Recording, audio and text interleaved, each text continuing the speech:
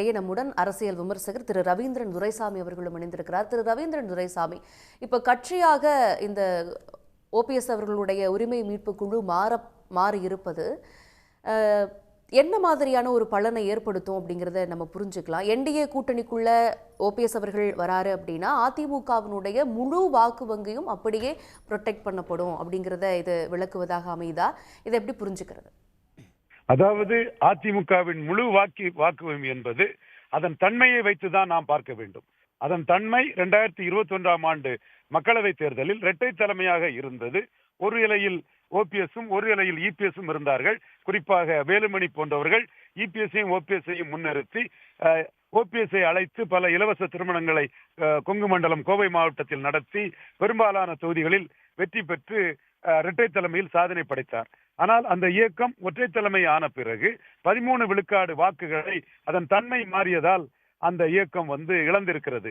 இது பாராளுமன்றம் சட்டமன்றம் என்றாலும் கூட அந்த இயக்கம் சட்டமன்ற இடைத்தேர்தலிலே 4வது இடம் போயிருக்கிறது.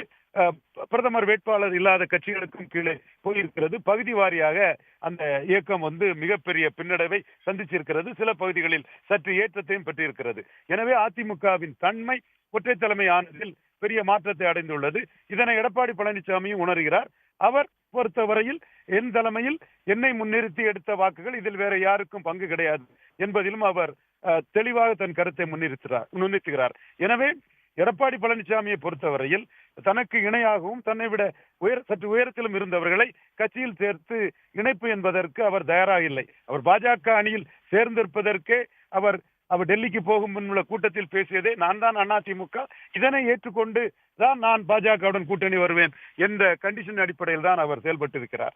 எனவே அதிமுக இணைப்பு என்பது இன்னும் ஒரு மாதத்தில் ஒரு கண்டிஷனை போட்டு ஓபிஎஸ் சொன்னாலும் அதற்கான சாத்தியக்கூறுகளும் வாய்ப்புகளுமே இல்லை. அது இல்லாத பட்சத்தில் அரசியல் அரங்கத்தில் பயணிப்பதற்கு ஓபிஎஸ்ஐ பொறுத்தவரையில் வைத்திலிங்கம் அவர்கள் கூறுவது போல் தனி கட்சி ஒன்றே வழி. அதற்கான கால நேரத்திற்காக காத்திருக்கிறார்கள். இப்பொழுது அவர்கள் கூறியிருப்பது இன்னும் கால தாமதத்தை உருவாக்குவதற்கு அவர்கள் கூறியிருக்கிறார்கள். அவர்களுக்கே நன்றாக தெரியும் எடப்பாடி பழனிசாமி இவுடன் இணைந்து ஓபிஎஸ் செயல்பட முடியாது என்பது முழுக்க ஓபிஎஸ்க்கே நன்கு தெரியும். எனவே அந்த சூழ்நிலை எதிர்பார்த்து தனி கட்சி என்பதை இப்போதே அவர் பூடகமாக குறிப்பிட்டுள்ளார். உடனுக்குடன் செய்திகளை தெரிந்து கொள்ள சன் நியூஸ் பெல் ஐகானை கிளிக் பண்ணுங்க.